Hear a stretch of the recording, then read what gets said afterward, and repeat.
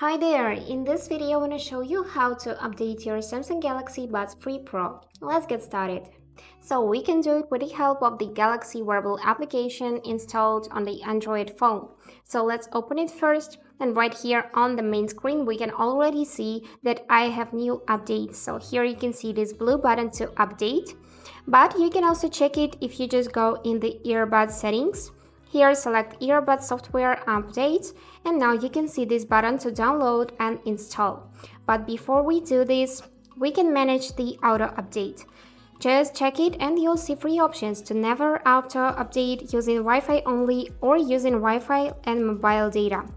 I'm gonna leave this option, and now let's install new update. Here you can check the information about this update. And now let's just click this blue button and wait a couple of seconds till it will be updating.